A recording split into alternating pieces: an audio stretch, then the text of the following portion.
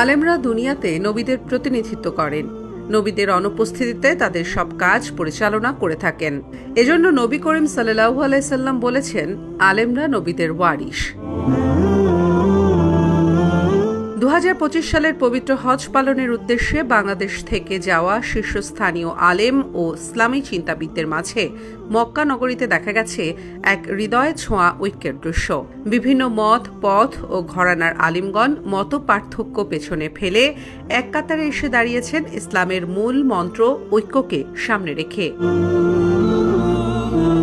ফেসবুকে ভাইরাল হওয়া এক ভিডিওতে দেখা যায় দেশের পরিচিত আলেমগণ পরস্পরকে আলিঙ্গন করছেন, হাসি মুখে কথা বলছেন এবং সকল মতভেদের ঊর্ধ্বে উঠে ইসলামী ভ্রাতৃত্বের এক অনন্য দৃষ্টান্ত স্থাপন করেছেন।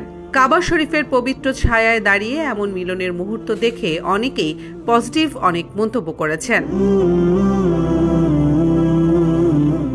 এই মিলন মেলায় দেখা গেছে মিজানুর রহমান আজহারি, শায়েখ আহমদুল্লাহ, মাওলানা মামুনুল হক, মুফতি হারুন ইজহার, আবুল কালাম আজাদ বাশার, আব্দুল হাই মোহাম্মদ সাইফুল্লাহ, মুস্তাকুন্নবী কাশেমি, রেজাউল করিম আবরার, শামসুদ্দোহা আশরাফি, শামীম সাইদি, মুফতি কাজী ইব্রাহিম, প্রফেসর মোক্তার আহমেদ, মাওলানা মোস্তাক ফয়েজি সহ দেশের গণ্যমান্য শীর্ষস্থানীয় আলেমদের।